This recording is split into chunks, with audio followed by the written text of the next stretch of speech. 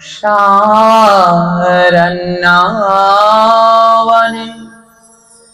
সুখদেব গোস্বামী আমার বসিয়াছেন ব্যাসাসনে, শ্রোতাসনে বসিয়াছেন কত জ্ঞানী গুণী, 60,000 বসিয়াছেন ঋষি আর মুনি।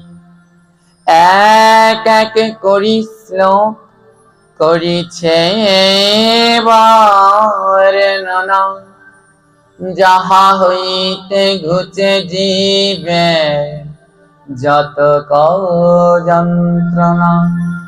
তার মধ্যে এক শ্লোক করিব আলোচনা, সবে মিলে ভক্তবৃন্দ শ্রবণ করুন হয়ে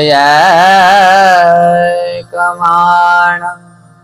না না ধৌত পদ প্রয়তা নদ্রপদা উদাত শিরাঃ, স্বায়িতং না পরঙ্গাননেন নগ্নান চ সন্ধায়ঃ। এটি শ্রীমদ্ ভাগবতমের ৬ষ্ঠ স্কন্ধের 18 অধ্যায়ের 51 নাম্বার শ্লোক। শ্রী কশ্যপ মুনি তার সহধর্মিণী দিতির উদ্দেশ্যে বলছে, খুব মন দিয়ে বলছে, শুনবেন যে এখানে কশ্যপ মুনি কি বলল।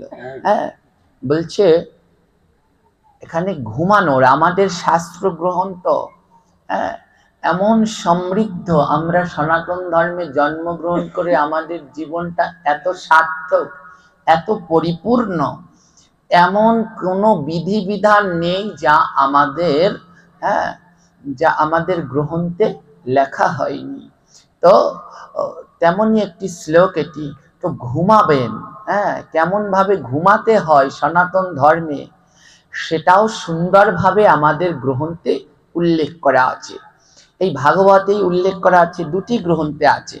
একটি হচ্ছে পুরাণের ভিতরে, দুটি পুরাণে উল্লেখ করা আছে, একটি ভাগবত পুরাণ আর একটি বিষ্ণু পুরাণ। তো আমি ভাগবত পুরাণের শ্লোকটি পাঠ করলাম। এখানে বলল কিভাবে আমাদেরকে ঘুমাতে হয়, শয়ন করতে হয়। দেখুন, আমাদের রোগ ব্যাধি অশান্তি এগুলোর কারণ আমরা নিজেরাই, অন্যরা নয়। তো দেখুন কি করে, কিভাবে আমরা ঘুমাচ্ছি, কোন ভাবে কোন সময় শাস্ত্র ভাগবত ঘুমাতে বলেছেন। বলছে ন ধৌত পাদা, অর্থাৎ পা না ধুয়ে। কোন জায়গা থেকে আসলেন, বাইরে থেকে আসলেন, জুতোটা ছেড়ে গিয়ে ঘুমিয়ে পড়েছেন, পা না ধুয়ে, অথবা ভিজা পায়ে, কেউ বা তাড়াতাড়ি পা ধুয়েছে কিন্তু পায়ে জল আছে, পাটা গামছা কিংবা কিছু দিয়ে পোছেনি, ওই ভিজা পায়ে শুয়ে পড়েছে। খুব মন দিয়ে শুনবেন। পা না ধুয়ে ভিজা পায়ে উত্তর বা পশ্চিম দিকে মাথা রেখে, দুইটা দিকে মাথা রাখতে নেই, একটা হচ্ছে উত্তর আর একটা হচ্ছে কি পশ্চিম।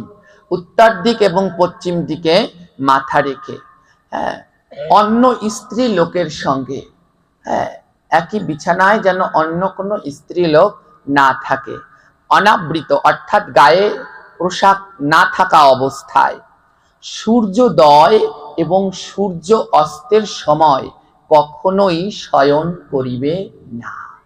বলে এই সময় কি, কোন সময় নিষেধ করলো? পা না ধুয়ে ভিজা পায়ে, তারপরে হচ্ছে উত্তর দিক কিংবা পশ্চিম দিকে মাথা দিয়ে, তারপরে স্ত্রী লোকের সঙ্গে অনাবৃত অবস্থায়, সূর্যোদয় কিংবা সূর্য অস্ত। সূর্য উঠছে সেই সময় ঘুম থেকে উঠছেন, তাহলেও অপরাধ।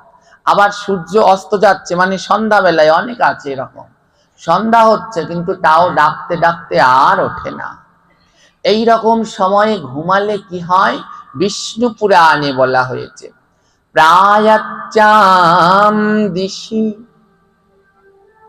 শ্রীরাম সন্তায়ম জামায় মাথাবানৃপং স্বদেব স্বপতাঃ ভূয়াম বিপরীতন্তাং রোগোদয়া। বলছে পূর্ব দিকে মাথা রেখে শয়ন করা সর্বশ্রেষ্ঠ প্রশস্ত, অথবা দক্ষিণ দিকে মাথা রেখে শয়ন করা সর্বোত্তম।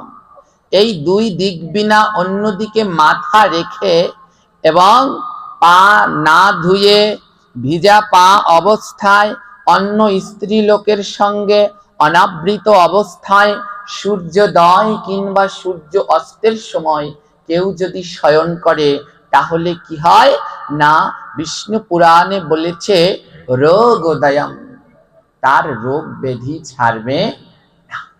একের পরে এক তার রোগ ব্যাধি লেগেই থাকবে। হ্যাঁ, আমাদের প্রায় জায়গাতেই আমি দেখি যে ঘুমাচ্ছে সবাই, মনের আনন্দে ঘুমাচ্ছে, কিন্তু নিজের বিপদ নিজেই ডেকে আনছে। হ্যাঁ, উত্তর দিকে ওই মাথা দিয়ে রয়েছে, তারপরে উত্তর দিকে মাথা দিলে পা থাকে কোন দিকে, হ্যাঁ দক্ষিণ দিকে, আর পশ্চিম দিকে মাথা দিলে পা থাকে পূর্ব দিকে। এই উত্তর এবং পশ্চিম এই দুই দিকে কোনো সময় মাথা দিতে নেই, আমাদের শাস্ত্র অনুসারে সম্পূর্ণভাবে নিষেধ। হ্যাঁ, শাস্ত্র অনুসারে সম্পূর্ণভাবে নিষেধ। এই দুই দিকে মাথা দিলে কি হয় না, আমাদের শাস্ত্র গ্রন্থে খুব সুন্দরভাবে এইগুলো সম্বন্ধে ব্যাখ্যা করা হয়েছে। হ্যাঁ, তো প্রথমে আসুন যে আমরা একটু বিজ্ঞান সম্বন্ধে, হ্যাঁ, এই যে উত্তর দিকে কোনো সময় পশ্চিম দিকে মাথা দিলেও উত্তর দিকে কোনো সময়ই কোনোভাবেই জ্ঞান থাকতে কোনো সময় মাথা দিবেন না, এবং বিশেষ করে বাচ্চাদেরকে কোনো সময় উত্তর দিকে মাথা দিয়ে যেই জায়গায় যান, বেড়াতে যান, জায়গা না থাকুক, যেমন ভাবে পারো কোনো সময় উত্তর দিকে মাথা দেয়া উচিত নয়। এই চারদিকে মাথা দিলে হ্যাঁ বড্ড সমস্যা। উত্তর দিকে মাথা দিলে কি হয়, আমাদের সনাতন ধর্ম হচ্ছে সম্পূর্ণ বিজ্ঞান সম্মত, প্রত্যেক পদে পদে বিজ্ঞান যুক্ত, এখানে কোনো কুসংস্কারের স্থান নেই। অনেকে বলে ঘুমাইছে ঘুমাবো, তার আবার দিকের কি আছে, বলে না, দিকেরও বিধিনিষেধ রয়েছে। উত্তর দিকে কি রয়েছে, যারা ভূগোল জ্ঞান শাস্ত্র পড়েছেন, তো সেই অনুসারে দেখা যায় আমাদের পৃথিবীতে যে চুম্বক ক্ষেত্র রয়েছে, পৃথিবীতে চুম্বক ক্ষেত্র রয়েছে, এই চুম্বক ক্ষেত্র রয়েছে পৃথিবীর উত্তর দক্ষিণ গোলার্ধ বরাবরে এই চুম্বক ক্ষেত্র অবস্থিত। এই পৃথিবী একটা পৃথিবী, আর আমাদের দেহও একটা পৃথিবী। আমাদের দেহের ভিতরেও চুম্বক আছে, কোথায় জানেন? হ্যাঁ, কোথায় দেহের ভিতরে চুম্বক আছে? অনেক জায়গায় দেখবেন বজ্রপাতে মানুষ মারা যায়, দেখেছেন? হ্যাঁ, তখন ওই যখন তাদেরকে ওই মাটি দেয়া হয় বা কিছু করা হয়, কয়দিন পরে দেখা যায় কি নাই, কিটা নিয়ে যায় চুরি করে, জানেন? হ্যাঁ হ্যাঁ বলেন, কেউ একটা বলেছিলেন। হ্যাঁ, এই মাথাটা চুরি করে নিয়ে যায়, এই মাথাটাকে নিয়ে যায়। হ্যাঁ, কেন নিয়ে যায়? কারণ আমাদের মাথার ভিতরেও চুম্বক শক্তি রয়েছে। যখন ওই বজ্রপাত হয়, ওই মাথায় আকর্ষণ করে, ওর ভিতরে শক্তি থাকে, অনেকের ধারণা এরকম। তো এই বজ্রপাত, এই মাথা হচ্ছে আমাদের দেহের ভিতরের চুম্বক শক্তি। মস্তক কিন্তু সব জায়গায় টেনে টেনে নিয়ে যায়, হাত পা নিতে পারে না, নিয়ে যায় কোথায়? মাথা। হ্যাঁ, মাথা নিয়ে যায়। ছোটবেলায় একটা ধাঁধা ছিল, তো ধাঁধার উত্তরটা বুঝতাম না। হ্যাঁ, আপনারা কে কে জানেন? একটা ধাঁধা বলি, শুনুন তো। একটা গাছ থেকে একটা আম পড়েছে, আম হয়েছে, এখন যেরকম আম সবার গাছে গাছে, তো পাকা আম দেখলে সবারই লোভ লাগে। আর গাছ থেকে যদি পাকা আম পড়ে, সেটা যদি শব্দ পান বা কিংবা দেখেন, হ্যাঁ, অন্য কেউ হলেও রাস্তা দিয়ে হেঁটে গেলেও নিয়ে চলে যায়। তখন একটা গাছ থেকে একটা আম পড়েছে, পাকা আম। তো শব্দ হয়েছে, পড়লে পরে এই শব্দটা শুনেছে দুইজন। একটা আম পড়েছে, শব্দটা শুনেছে দুইজন। যে দুইজন শুনেছে সেই দুইজন আমটাকে দেখতে পায়নি, দেখেছে অন্য দুইজন। যেই দুইজন আমটাকে দেখেছে সেই দুইজন আমটাকে আনেনি। যে দুজন শব্দ শুনেছে সেই দুইজন যায়নি, গেছে অন্য দুজন। যে দুজন গেছে সেই দুজন আমটাকে আনেনি, এনেছে অন্য দুইজন। যেই দুইজন আমটাকে এনেছে সেই দুইজন আমটাকে খায়নি, খেয়েছে অন্য একজন। এবারে যে আমটাকে খেয়েছে, ওই গৃহস্থ টের পেয়ে গেছে যে আম কে খেয়েছে। এবার যে আম খেয়েছে, আমের যে মালিক তাকে পিটায়নি, পিটিয়েছে অন্যজনকে। জানেন এই ধাঁধার উত্তর? এটা নিয়ে আমি শুধু ভাবতাম, একদিন আমাকে একজনে করেছিল তো পাইনি। এর উত্তর কি জানেন? একটা গাছে আম পড়েছে, শুনেছে দুইজন। কে শুনলো? দুই কান। কান তো আর যেতে পারে না, গেল দুই পা। যে দুজন শুনেছে সেই দুজন যায়নি, গিয়েছে দুই পা। দুই পা, পা তো আর দেখতে পায় না, দেখেছে দুই চোখ। এবার চোখ তো আর আনতে পারে না, এনেছে দুই। যে দুজন দেখেছি সে দুজন আনেনি, এনেছে দুই হাত। এবার যেই দুজনে এনেছে সে আবার খায়নি, খেয়েছে কে? মুখ। এবার যে খেয়েছে তাকে পিটায়নি, মুখের উপরে তো আর কেউ মারে না, মারে কোথায়? পিঠে। তো এই যে সব কাণ্ডগুলো কোনখান থেকে ঘটলো? মাথা। এই মাথা টেনে টেনে টেনে টেনে নিয়ে যাচ্ছে কে কি করবে দেহের অঙ্গ প্রত্যঙ্গ গুলো। তো এর ভিতরে রয়েছে এই চৌম্বক শক্তি। তো আমাদের পৃথিবীর উত্তর দিকে ওই চৌম্বক শক্তি, আমাদের মাথায়ও চৌম্বক শক্তি। দেখবেন দুটো চুম্বক নেবেন, এমন করে ঠেসে মিলাতে যাবেন, দেখবেন কি ছিটকে সরে আসছে। অর্থাৎ এটার উত্তর দিক, এটার উত্তর দিক। যদি দুটো চুম্বককে ঠেকাতে যান, দেখবেন আকর্ষণ হচ্ছে না, বরং সে উল্টো ভাবে বিকর্ষণ হচ্ছে। এক জায়গায় দুজনকে রাখা যাচ্ছে না। দেখবেন, দেখেছেন কোন সময় দুটো চুম্বকের পিঠ একসাথে ঠেকানো যায়? ঠেলে সরিয়ে দেয়, বিকর্ষণ হয়। তদ্রূপ আমরা যদি উত্তর দিকে মাথা দিয়ে শুই, ওই দিকের চুম্বক এই দিকের চুম্বক বিকর্ষণ করে আমাদেরকে। তাই বিজ্ঞান ডাক্তাররাও বলে যে কোনো সময় উত্তর দিকে মাথা দিয়ে শুতে নেই। আর দক্ষিণ দিকে মাথা দিলে কি হবে? দক্ষিণ দিকে মাথা, উত্তর দিকে চুম্বক। তাহলে আমাদের চুম্বকটা দক্ষিণ দিকে, পৃথিবীর চুম্বকটা উত্তর দিকে। কি হয়ে গেল? মিল হয়ে গেল, দুজন দুজনকে টানছে। তো আকর্ষণের সৃষ্টি হয়। তাই সব সময় দক্ষিণ দিকে মাথা দিয়ে শুতে হয়, পা যেন থাকে উত্তর দিকে। এই দক্ষিণ দিকে মাথা দিয়ে শয়ন করলে কি হয়? আরো একটা কারণ আছে। আমাদের মৃত্যুর পরে আমরা যে লোকে প্রথমে যাই, মৃত্যুর পরে মানুষ স্বর্গে যায় না, নরকে যায় না, মৃত্যুর পরে প্রথমে যায় পিতৃলোকে। এই পিতৃলোকের দরজা হচ্ছে দক্ষিণ দিকে। পিতৃলোকে ঢুকবেন মরার পরে, আমাদের বাবা ঠাকুরদা সব পিতৃলোকে জমা আছে। মরার পরে আমাদের পিতৃলোকে যেতে হবে, আর পিতৃলোকের দরজা হচ্ছে দক্ষিণ দিকে। আমাদের শাস্ত্রে সব আছে। এই যে বাথরুম পায়খানা বানাচ্ছে সব ভুল। দক্ষিণ দিকে পিছন রেখে পায়খানা প্রস্রাব করতে হয় না, তাহলে সব পিতৃপুরুষের মুখে পড়ে। ওই দক্ষিণ দিকে পা দিয়ে শোবেন, মানে বাবার গায়ের উপরে, পিতৃপুরুষের গায়ের উপরে পা দিয়ে শুয়ে রয়েছেন, তাই পা দিতে নেই। বাস্তুশাস্ত্র অনুসারে উত্তর দিকে শয়ন করলে ওই যে দেহের চৌম্বক শক্তি ওর বিকর্ষণ হয়, এর ফলে দেহের ভিতরে বিভিন্ন সমস্যা দেখা দেয়।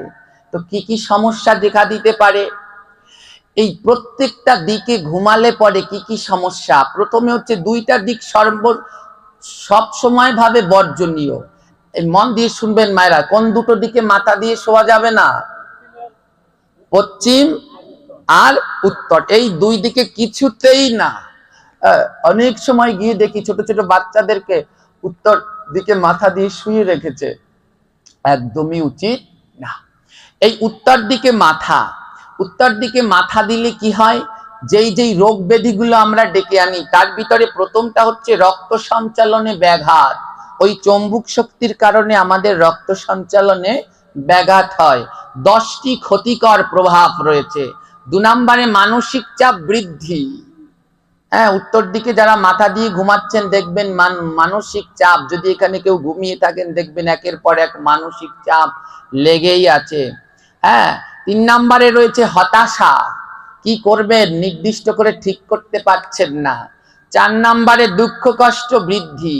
5 নম্বরে যারা উত্তর দিকে মাথা দিয়ে শোবে তারা দিন দিন অলস হয়ে যাবে। হ্যাঁ, অলসতা বৃদ্ধি। 6 নম্বরে অস্থিরতা। 7 নম্বরে ইচ্ছা শক্তির হ্রাস। হ্যাঁ, মনের ভিতরে কাজ করার কোনো ইচ্ছা নাই, ওই যে অলসতা হলে ইচ্ছা শক্তি দিন দিন কমে যাবে, অস্থিরতা বেড়ে যাবে।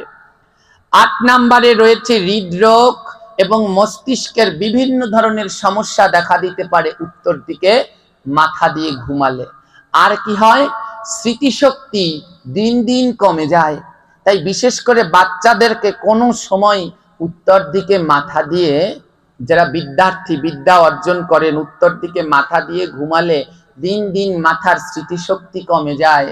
হ্যাঁ, আদৌ ওদের জীবনগুলো ওদের জন্যে নষ্ট হয় না, নষ্ট হয় আমাদের জন্য।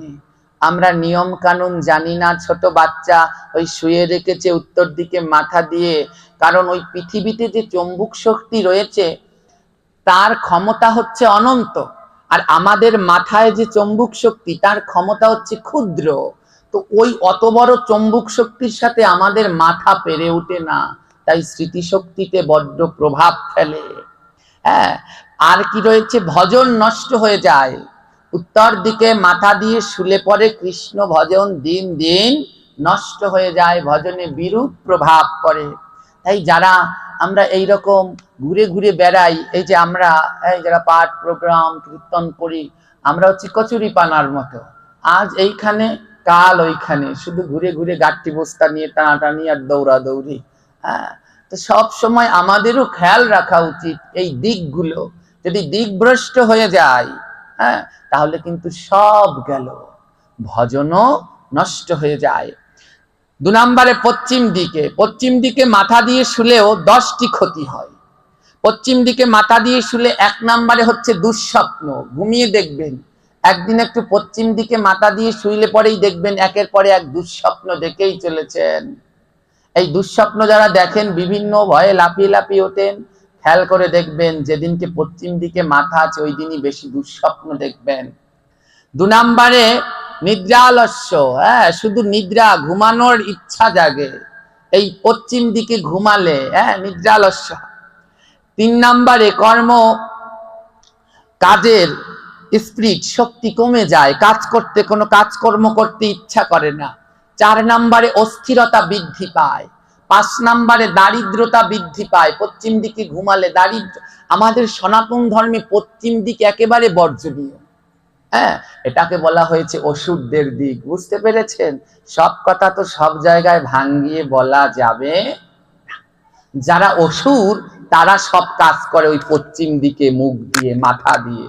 বুঝেছেন? বুঝতে পেরেছেন কি? হ্যাঁ, যারা জ্ঞানী তারা বুঝে গেছেন। ওই অসুর প্রকৃতি যাদের ভিতরে, তারা ওই পশ্চিম দিকে সব মাথা মুখ। কিন্তু সনাতন ধর্মে সর্বোচ্চ ভাবে নিষেধ। দেখুন পরের গুলোই কি বলেছে, পশ্চিম দিকে মাথা দিলে আর কি হয়, ধর্মক্ষেত্রে অরুচি। ওই তারা কিন্তু পশ্চিম দিকে মাথা দেয়, তাই ধর্ম বিদ্বেষী, সনাতনকে চোখে দেখতে পারে না, সব পশ্চিম দিকে মাথা দিয়ে করছে তো। হ্যাঁ, 7 নম্বরে রয়েছে বিদ্বেষ বাড়ে, অর্থাৎ অশান্তি। তারা চাই শুধু অশান্তি করতে, শান্তভাবে থাকতে চায় না যারা এই পশ্চিম দিকে মাথা দেয়। হ্যাঁ, 8 নম্বরে রয়েছে কামনা শক্তি বৃদ্ধি। এই পশ্চিম দিকে মাথা দিলে পরে মনের ভিতরে দেখতে পান না কিরকম করে তাদের কামনা প্রভাব বৃদ্ধি, ওই পশ্চিম দিকে গিয়ে সবকিছু করে। তাই 9 নম্বরে অশুভ শক্তির প্রভাব। ওরা তো 1 নম্বরে অশুভ শক্তি। হ্যাঁ, আর 10 নম্বরে রয়েছে অসুর শক্তি বৃদ্ধি পায়। ওই পশ্চিম দিকে ফিরে ওই সব কর্ম করে, তাই ওদের ভিতরে অসুর শক্তি দিন দিন বেড়েই চলেছে। আপনিও যদি পশ্চিম দিকে ফিরে কিছু করেন তাহলে আপনার ভিতরে ওই অসুর শক্তিগুলো বৃদ্ধি পাবে। তাই উত্তর এবং পশ্চিম এই দুইটি দিককে সব সময় বর্জন করতে হবে। হরি বল। এই দুইটি দিককে সব সময় বর্জন করতে হবে। গ্রহণ করতে হবে কোন দুটো দিক? শয়ন করার সব থেকে উত্তম দিক হচ্ছে দুইটি। একটা হচ্ছে পূর্ব দিকে মাথা, আর একটা হচ্ছে দক্ষিণ দিকে মাথা। পূর্ব দিকে মাথা দিলে কি হয়? পূর্ব দিকে মাথা দিলে